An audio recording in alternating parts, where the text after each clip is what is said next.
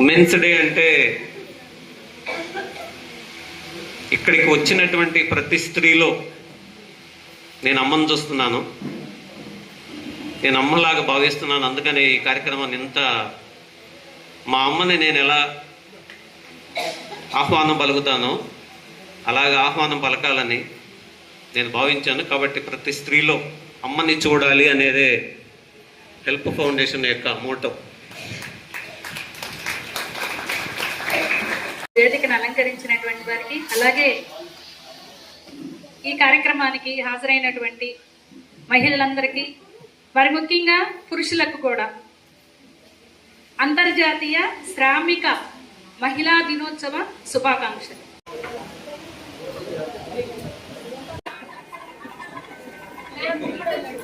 అంతే ఉంటే ఇంటికాడ నుంచి కలెక్టర్ గారితో మాట్లాడతారు, ఎస్పీ గారితో మాట్లాడతారు.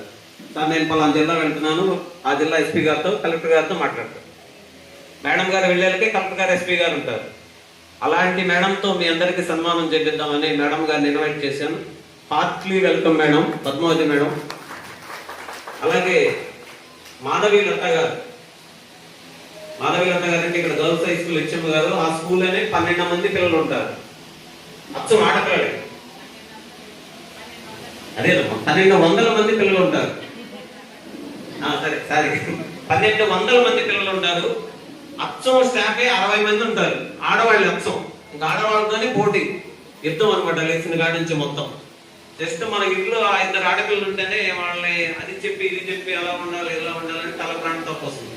అట్లాగే 60 మంది టీచర్స్ తోటి 1200 మంది స్టూడెంట్స్ తో నేను ఒకరోజు వెళ్ళడానికి వెళ్తే నేను ఇట్లా 3 నిమిషాలు మాట్లాడాను, 30 కాల్స్ వచ్చింది మేడంకి.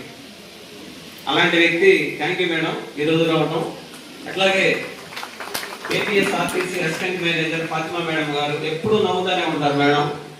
Thank you madam. అట్లాగే తేజస్విని, డాక్టర్ తేజస్విని.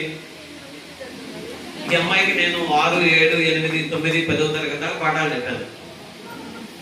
ఆ అమ్మాయి డాక్టర్ అయిపోయింది, 3 హాస్పిటల్స్ పెట్టింది, 3 ఒకేసారి హాస్పిటల్స్. వాళ్ళ సార్ కూడా డాక్టరే.